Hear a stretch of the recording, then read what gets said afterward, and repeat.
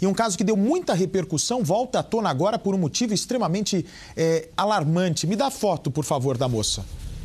Em 2015, o médico Rafael foi preso acusado de jogar essa namorada dele, a fisiculturista Renata, do 31º andar, do andar 31 do prédio onde a Renata Mugiati morava. Você lembra desse caso, óbvio, né, Percival? Sim, muita repercussão, muita repercussão. Que primeiro, a moça muito chamativa, uma moça que conquistava muitos prêmios nessa área de fisiculturismo.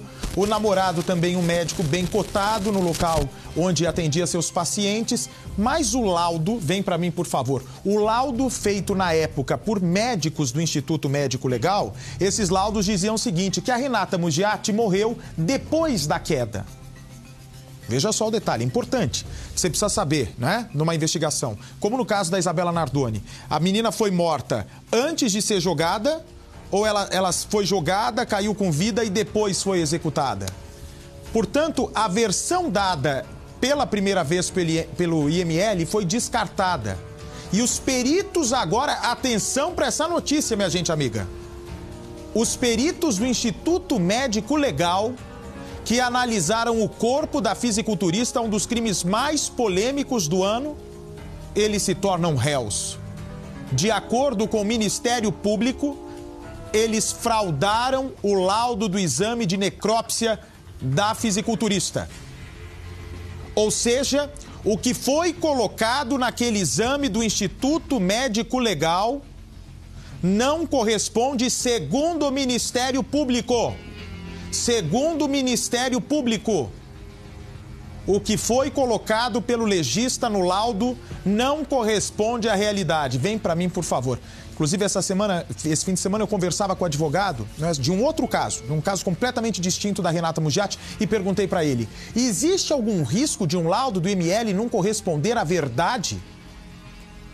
Existe alguma possibilidade de um laudo de pessoas tão sérias não corresponderem com a verdade de um crime? Sabe o que ele me disse? Existe. Que existe. E eu fiquei chocado.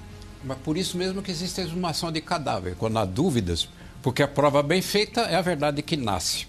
Se é mal feita, a verdade vem à tona da mesma maneira. Mas veja só, é um caso envolvendo um médico famoso. Dá a imagem do médico, por favor. Dá a imagem do médico sendo preso ali na época. Não era ali que estava dentro da cadeia? Olha lá, esse daí mesmo, tá vendo? Esse é o médico.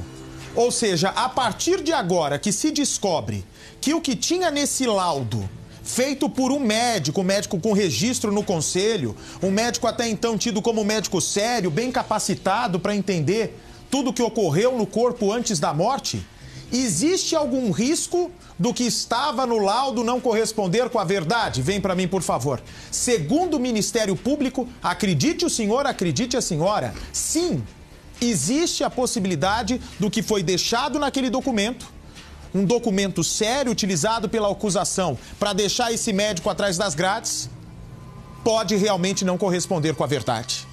Acompanhe comigo a reportagem inédita, Brasil. A Justiça aceitou o argumento do Ministério Público contra os peritos Daniel Coleman e Francisco Moraes Silva. Segundo o Ministério Público, no dia em que Renata Mugiati morreu, Daniel Coleman estaria de folga. Ainda assim, ele insistiu em atender o plantão, comparecendo e efetuando a necropsia da vítima. Neste primeiro laudo, o perito apontou que a causa da morte foi a queda do 31º andar do prédio no centro de Curitiba.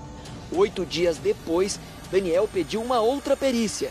No novo laudo, o MP aponta que o profissional dolosamente já fez constar no resumo histórico do caso a seguinte informação: queda de local elevado, afastar a possibilidade de asfixia. O Ministério Público disse ainda que, embora Daniel Coleman tivesse encaminhado suas anotações ao setor de informatização após sua digitalização, não assinou o laudo de necrópsia, passando a reter propositalmente o documento. Daniel e o legista aposentado e mentor Francisco Moraes Silva teriam produzido e inserido no sistema do IML ainda um terceiro documento, falso, confirmando a causa da morte da fisiculturista por queda. Mas uma junta médica que realizou um novo exame após a exumação do corpo apontou a causa da morte por asfixia, o que para o Ministério Público reforça a tese de que os dois peritos cometeram uma fraude. O IML chegou a abrir um processo administrativo disciplinar para apurar a suposta fraude cometida por Daniel Coleman. A investigação interna resultou na demissão do perito em junho deste ano. Já Francisco Moraes Silva é aposentado do Instituto Médico Legal desde 2013. Em entrevista exclusiva à RIC TV em maio, Daniel Coleman se defendeu das acusações. Eu nego categoricamente, nunca vendi laudo nenhum na minha vida. Se pagaram para a pessoa errada, né? Se é que isso existiu.